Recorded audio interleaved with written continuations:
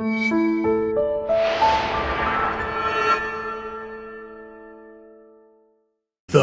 Bat Chat. Hello everyone, I'm Captain Logan. And I'm Steve. Today Steve and I are going to have a Bat Chat adventure. What are we talking about today, Steve? Today we are talking about, can other people besides Bruce Wayne be Batman? Yeah. When we say can they, it's obviously anybody can put on a costume and claim they're Batman. That doesn't make them Batman necessarily. But Should they be Batman? Well, yeah, but what we mean is this, or I guess what I mean is this a legacy character? Is Batman a mantle that ought to be passed down to other people, or is Bruce Wayne Batman, case closed? And I mean, there has been lots of exploration about this. There's lots of stories where someone else takes over for Bruce Wayne, or like Batman Beyond is a passing of the mantle. Dark Knight Rises ends that way. It's a question we've thought a lot about. I don't think we've ever gotten a definitive answer from any one source, except Rises, maybe. Yeah, certainly. I mean, but the nice thing about Rises is Nolan was trying to do a different take, and his thought process was Bruce Wayne is a guy, whether you like this or not, that doesn't want to be Batman forever because he's he is a human being, and he hasn't changed himself completely into the idea. So for him, Batman is separate from Bruce Wayne, and whether you like how Rises handles that by the end or not, if Nolan was going to end that story, that's how he was going to end it.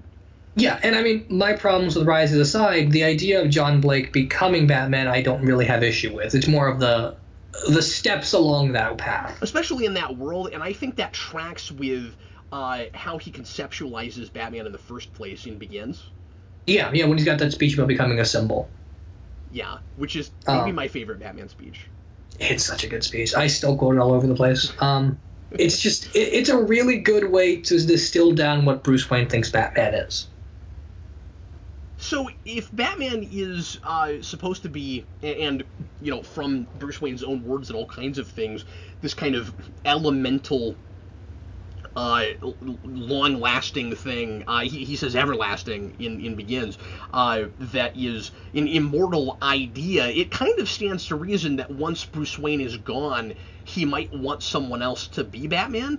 The issue is, very often, at least in the moment in Batman stories, it's hard to think about it that way because Bruce Wayne kind of acts like he's immortal and he's never going to die.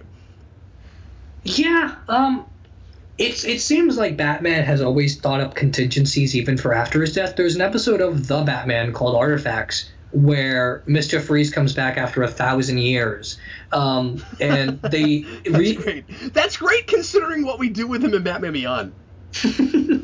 Yeah, it's sort of the same explanation, but there are people that uncover the Batcave, and Batman has a protocol set up in case he's gone, and how is he going to take out the villains. And how he does it is that he creates a series of holograms of Batman to mess with Freeze's mind and then shoot an antidote into his suit that deactivates him.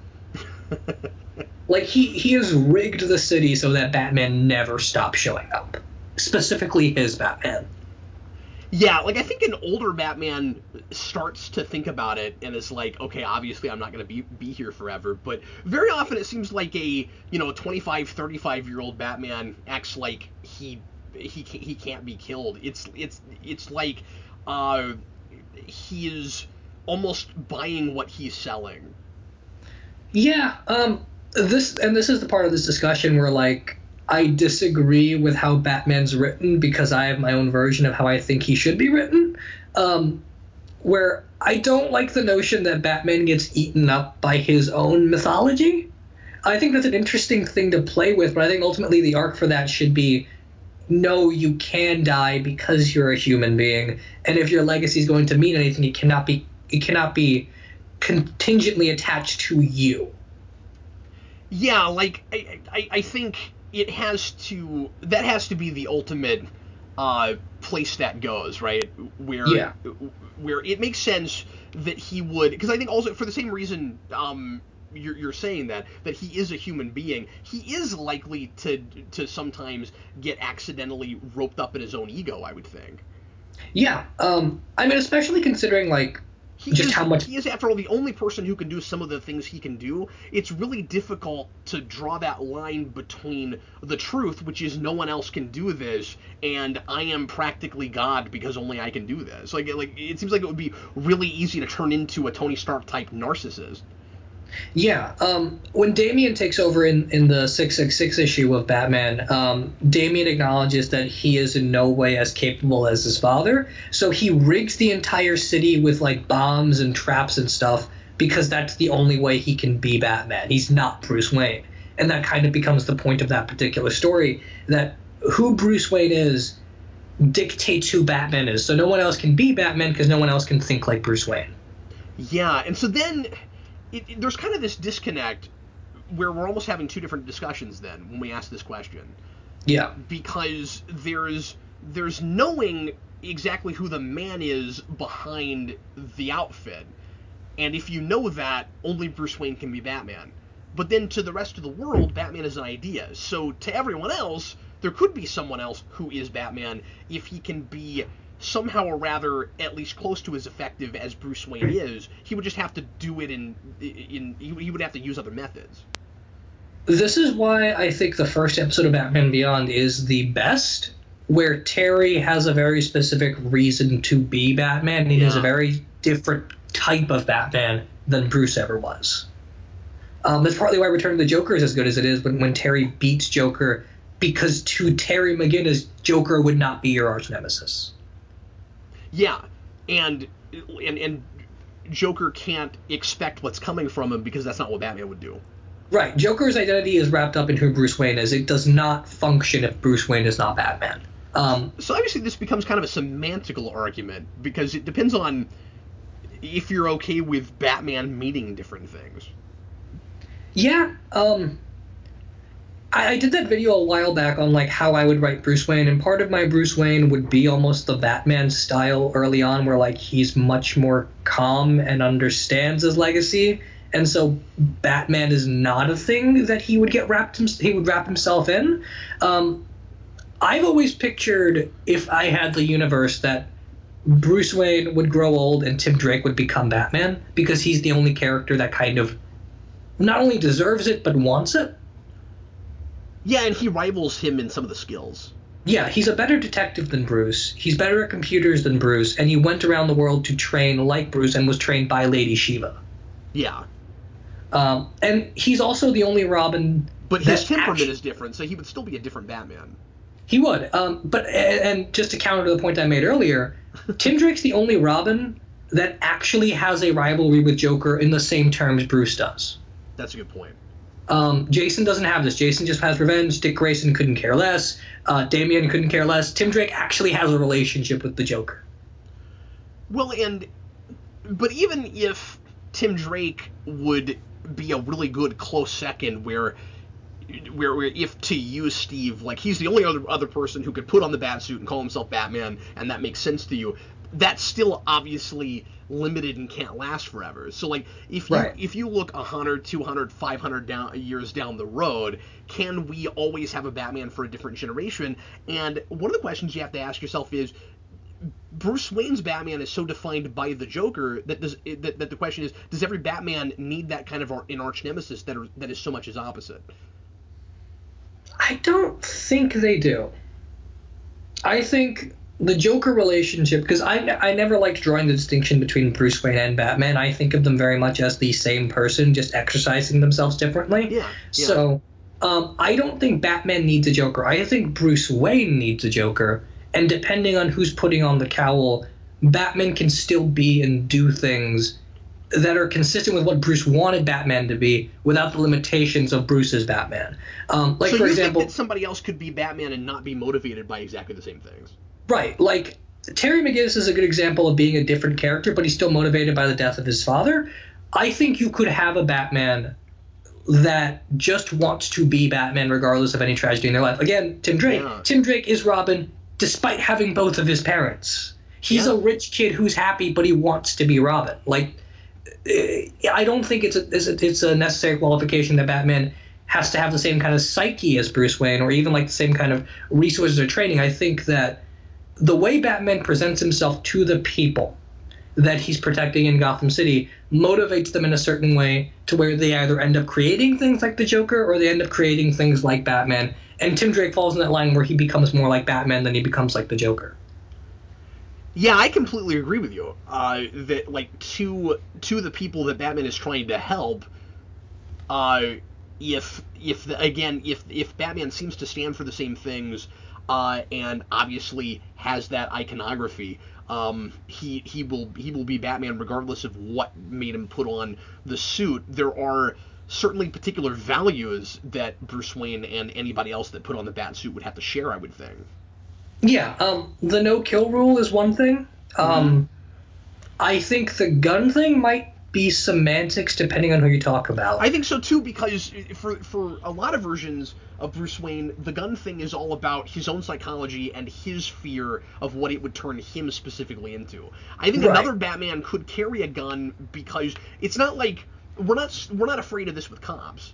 We're not like if a cop carries a gun and kills someone, he will go down a dark path he can never return from. It's self-defense, saving a kid, whatever it is. Cops kill people all the time and are able to keep at least some semblance of humanity.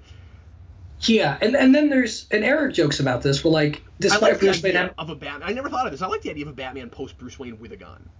Yeah, I'd be all right with that. I think that could work depending on who it is.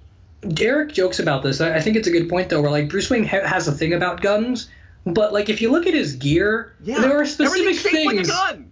Everything's shaped like a gun. There are specific things where like, okay, I need to shoot a small projectile really quickly that might be lethal. It's a gun. Like it. Calling it a gun and it being a gun are not necessarily different things. No, that's true. Well, and that's just the design that makes the most sense for that contraption. Exactly. So, like, the gun thing, I think, ultimately is just rooted in Bruce Wayne's parents being shot and not necessarily as a core tenet of Batman. Yeah, that's exactly what I think. But the no-kill rule might be different.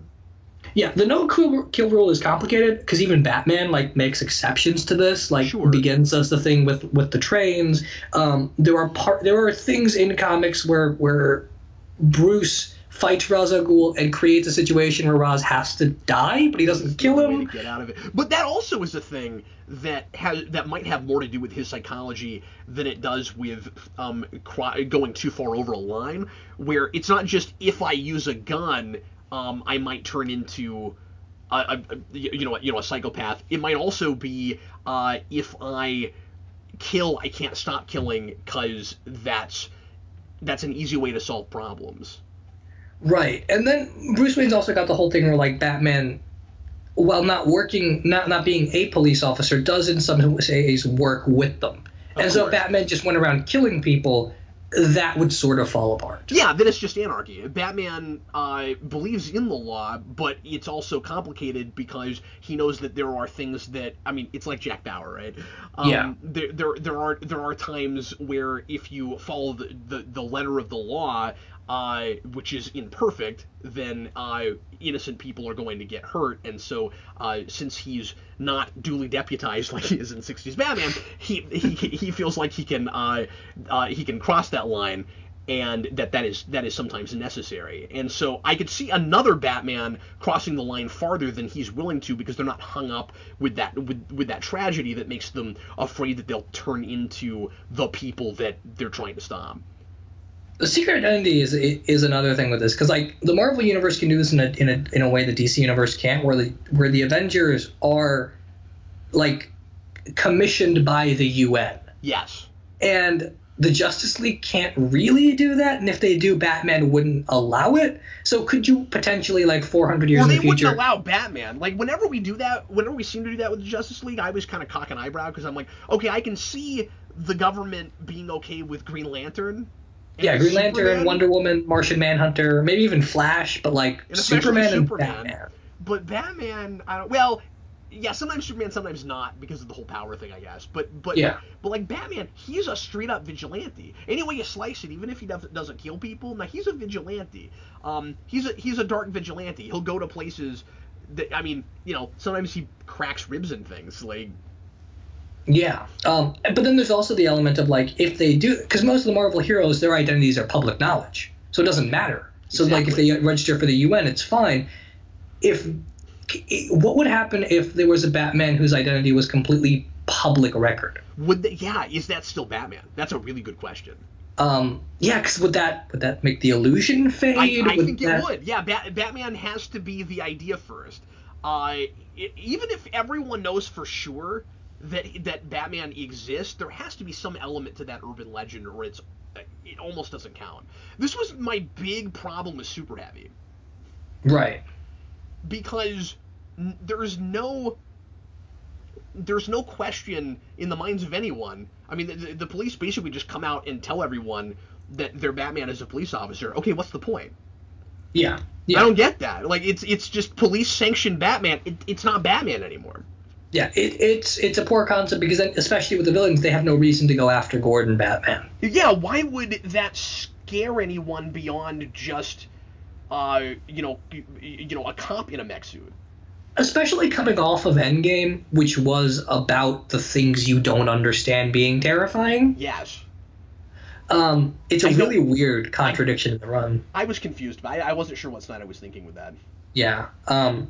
But I just point to that as an example where, like, once Gordon put on a batsuit, I didn't think he was Batman. I didn't think that counted.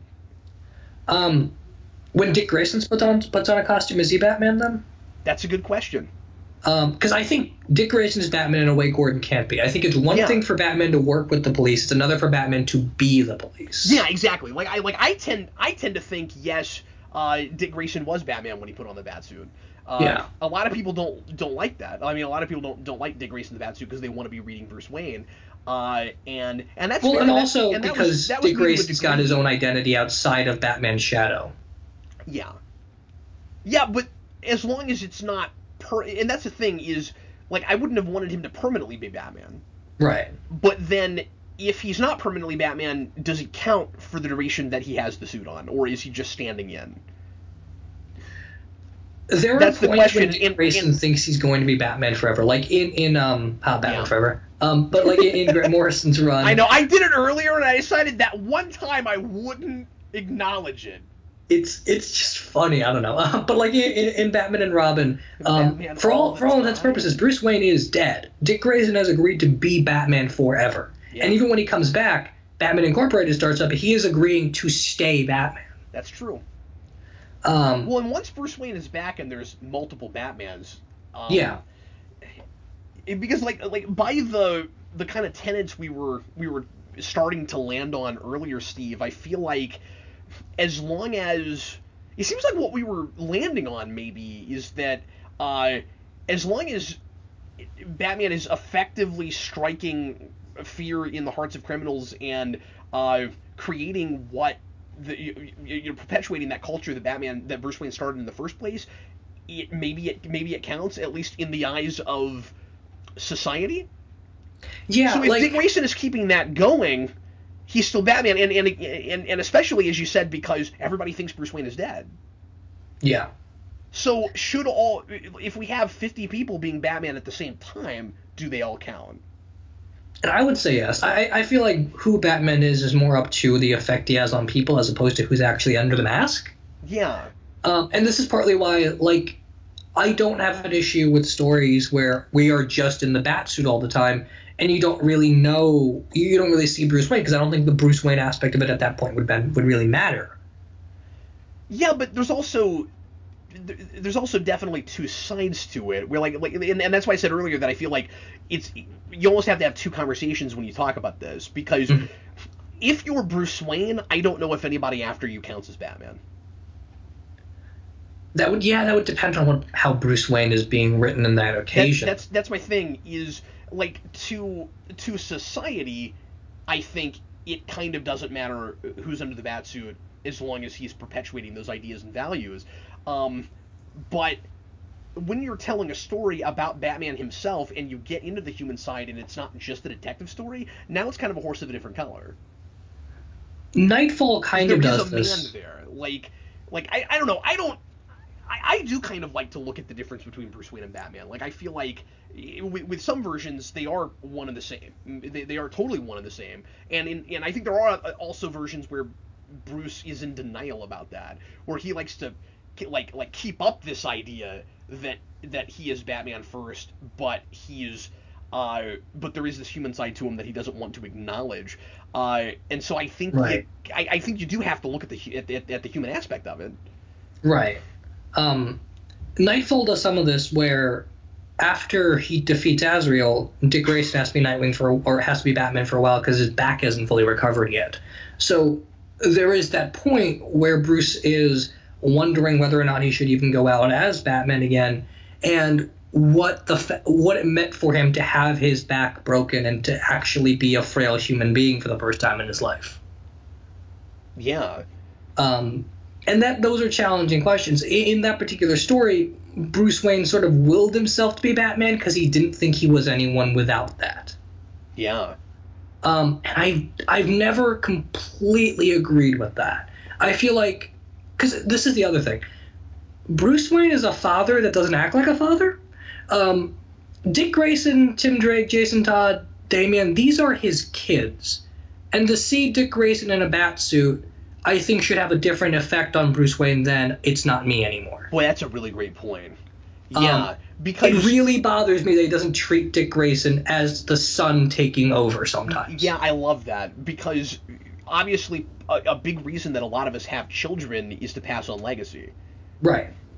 And so you can, after you're gone, you continue to live on in what you pass down to your children. And so like, I always figured the only person Bruce Wayne would want to pass that mantle down to would be Dick Grayson until he had his own son, and then it gets sticky. Yeah. And then again, Morrison deals with this where, like, he favors Damian for irrational reasons. And then there's a story when Jason Todd first shows up in the 80s where Bruce and Dick have, like, an argument about this where Dick knows what's going on with Bruce Wayne, and he's forcing Bruce Wayne into a corner until he finally says, "Yes, I miss you because you are my son."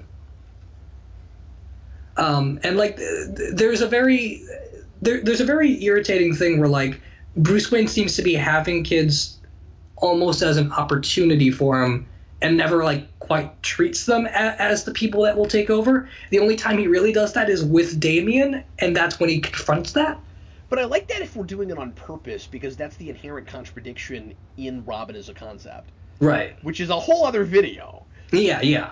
But I like the idea that Batman is constantly doing things, probably sometimes even subconsciously. I mean, I always liked to think of the choice in having a ward as being kind of this subconscious thing where he's thinking, I mean, a lot of different things.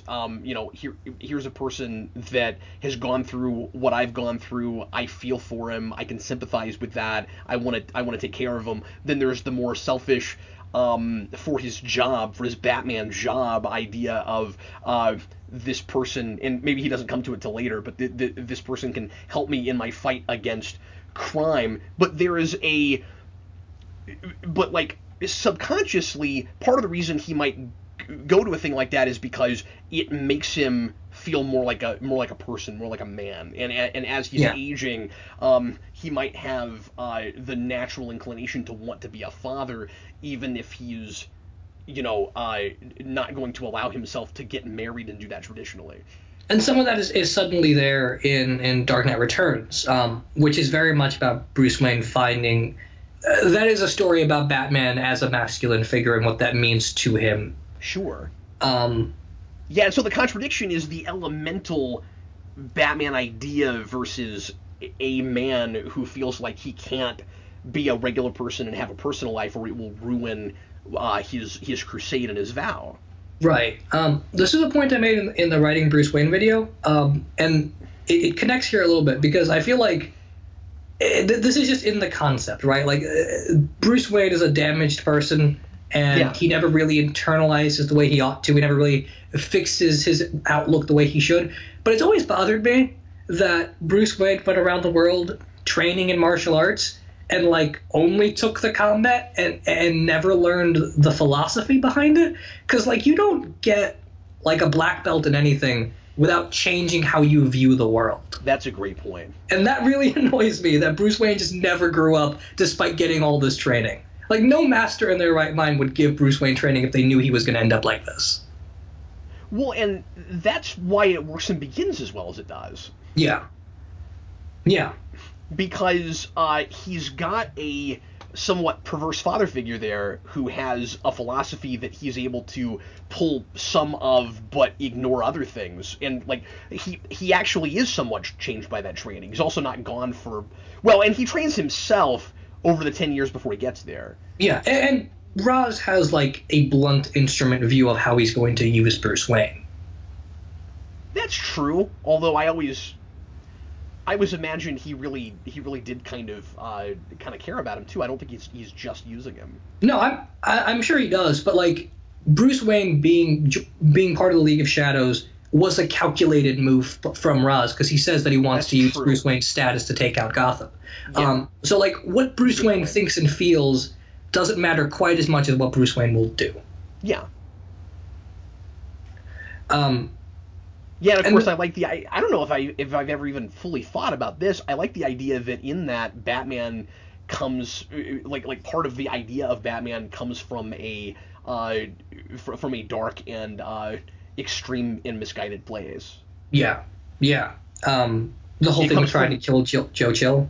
Yeah, like with the League of Shadows. Like without fanaticism, you don't get Batman. That's interesting. Yeah, because Batman, I mean, no matter how many ways you slice it, Batman is kind of a fanatic. Like, yeah, there's a very fine line between I won't kill, but I will maim you horribly. Absolutely, yeah. Well, and I'm trying to, especially that version, I'm trying to manipulate the way an entire culture thinks about things. Mm-hmm. Yeah. And he has, in his mind, his heart is in the right place where the League of Shadows isn't, but they're both doing that same thing. They want to manipulate an entire group to think a certain way. And with all of that in mind, then would the questions kind of become, anyone can put on a bat suit, but do people have to earn the title of Batman? Yeah, and then it becomes a weird licensing and branding question. Yeah, because at that point, then you kind of need Bruce Wayne's approval. Yeah, like, I feel like we should bring up Barbara Gordon in this. Yeah. Yeah, for sure. That's a thing to talk about, because, I mean, obviously you have the semantics of gender, but getting beyond just, okay, Batman should be a man because he has man in his name, does her Bat something rather title count if she didn't get it legitimately from Batman? And of course later, like in most versions of Batgirl, that's how it starts, and she kind of steals the brand, and later on he'll kind of sanction it. But like, does that count? I would say it does, because I feel like, particularly with Barbara Gordon as opposed to Huntress, because Batman has a very negative outlook on Huntress, but specifically with Barbara Gordon, that's a person doing something for almost the same reason as Batman, which is the police handle things, but they can't handle everything. I have this talent, I can do something, so I will do it. And she's very clearly inspired by how Batman is doing things. So, like, the brand is there implicitly. It's a person being shaped by Batman, and if that's a consequence, I don't think Bruce has a problem, as opposed to someone like Huntress, who's using Batman to kind of cover the tracks of what she really wants, which is to murder everyone that was responsible for killing her family. Like, that's a more straight-up vengeance quest. Yeah, and it's kind of interesting, right, where what Huntress is doing is a little bit more like taking advantage of a company's brand and profiting on it. Right. Whereas, like if you want to look at it in more of a business sense, what Barbara Gordon is doing, she's not really benefiting from the brand. It's a tribute. Right. Like, I mean, if you want to look at it in the Batman Incorporated way, then Batgirl is free advertising. Yeah, exactly. I guess at this point we can look at Batman sort of like a business. Not that it's making money, but like Batman Incorporated, obviously, just that very notion is a business tactic. And that's the whole thing that Morrison critiques in Batman Incorporated. The whole point of Batman Incorporated is like how advertising, commercial brands, things like that are built and alter people. In Batman and Robin, when Red Hood shows up, Red Hood gets on the side of the people as opposed to Damian and Dick Grayson Batman because he's using social media and advertising, and he's like a celebrity figure. And like these kinds of things are competing for people's attentions along with what the Bat brand is. And so Batman has to consciously advertise the tenets of Batman in order to make it last. Yeah, because the old ways don't work anymore when you have social media. Right. Which is another thing Snyder did in his Batman run, which was kind of annoying, where like they try to create a scientific explanation for how Batman stays off the grid that didn't make any sense. Yeah, I kind of think he just can't now. Yeah, I don't think it's possible. This is something the Nick Spencer Sam Wilson Captain America book does, where like the recaps of every issue are people talking like on Twitter or Messenger and stuff about what happened. Yeah, there's one of the Spider-Man books used to do that. Oh, really? Okay. I like that. You know what else used to do it? What's that? Just a couple of years ago, McFarlane was doing that with Spawn. Oh, that's weird. Yeah. I never pictured Spawn in that light.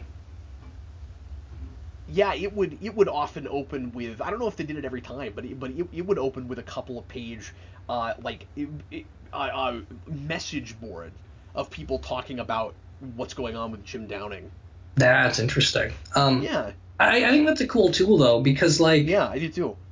Because superheroes, regardless of how neutral they want to be, they are kind of political figures. They are aiming for a certain kind of system. They're aiming for a certain kind of just society. And when they do that, there's naturally going to be talk about it. There's naturally going to be consequences to that. So channeling more of like a social media aspect, I think, is a good way to bring some of that to the forefront, since that's where most of those conversations happen nowadays.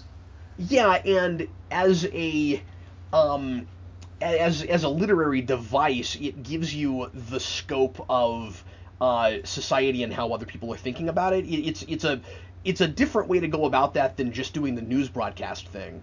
Right. And it's obviously a really contemporary way of doing that. And that's I'm interested to hear you say that that's what the Sam Wilson book's doing, because that's what that book was all about from the beginning.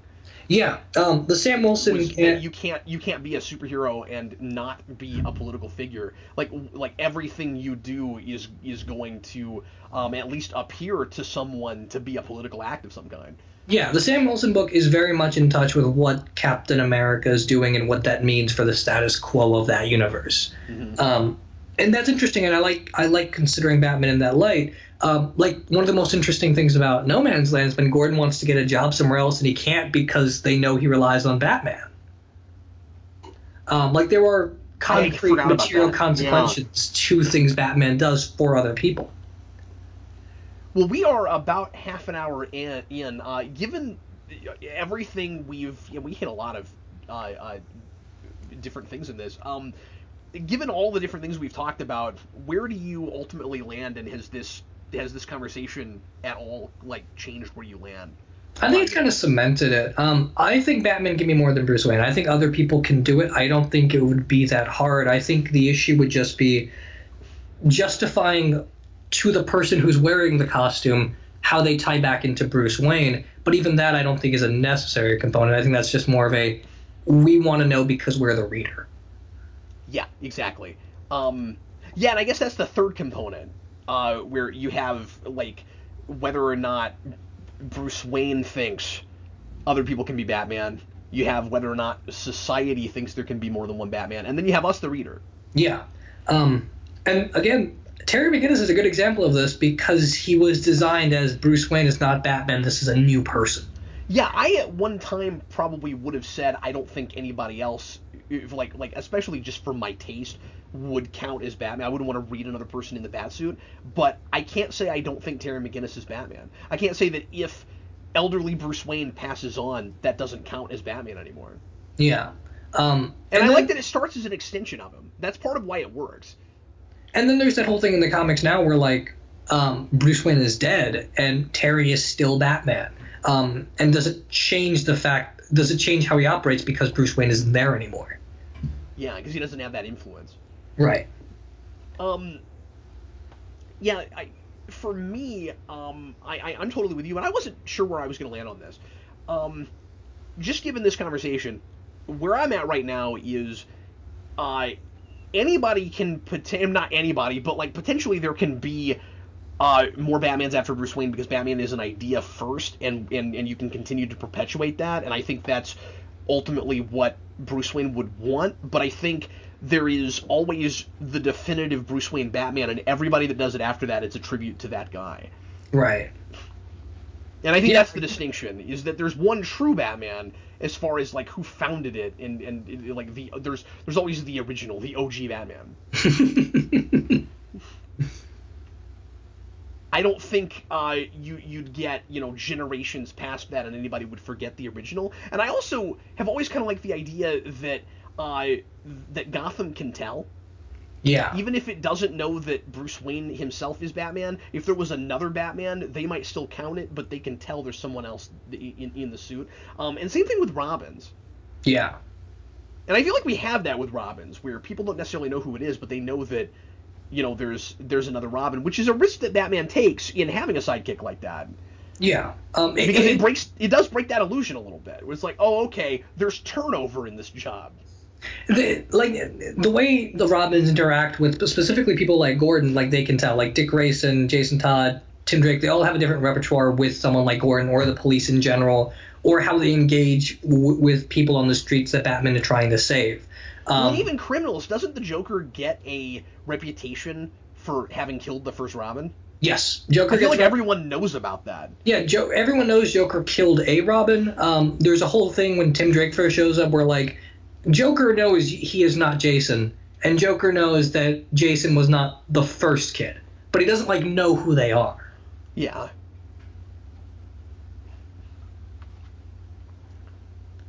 Under the Red Hood does a thing where like the criminals know Nightwing was the first Robin, and that's kind of dumb because I don't know how they would know that. That was the thing I wondered about when I last watched that.